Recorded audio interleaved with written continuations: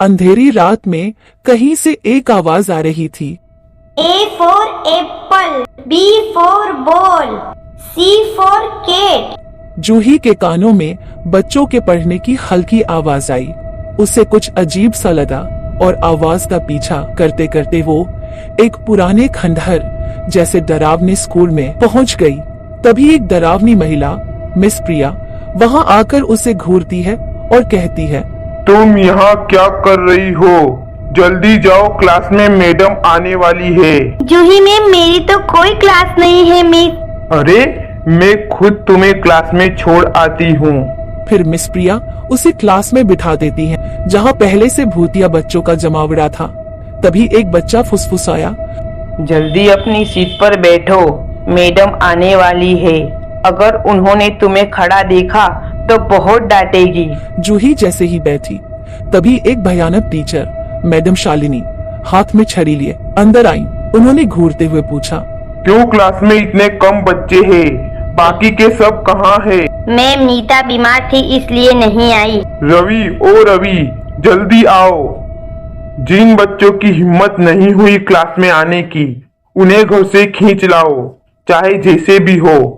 फिर रवि शालिनी मैडम का आदेश मानकर रात में बच्चों को ढूंढने निकल जाता है। थोड़ी ही देर में वो सोते हुए बच्चों को उठाकर स्कूल लाता है। वे सभी सहमे हुए थे और मैडम शालिनी ने चीखते हुए कहा, चुप रहो नहीं तो मारूंगी। मुझे रोने वाले बच्चे बिल्कुल पसंद नहीं है। फिर क्लास में सबने किताबें निकाली और मैडम शालिनी का टेस्ट दिया। टेस्ट के बाद कुछ बच्चों के अच्छे अंक आए और मैडम ने उन्हें चॉकलेट दी। बाकियों को उसने गुस्से में चेतावनी दी, अगर कोई बच्चा अगले टेस्ट में फेल हुआ तो उसे सजा मिलेगी।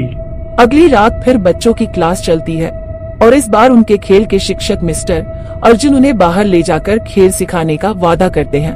बच्चों ने जब पूछा, सर आज कौन सा खेल खेलेंगे, तभी अर्जुन ने अपनी बैग में से एक बच्चे का कटा हुआ सर निकाला और कहा, इसी से खेलो।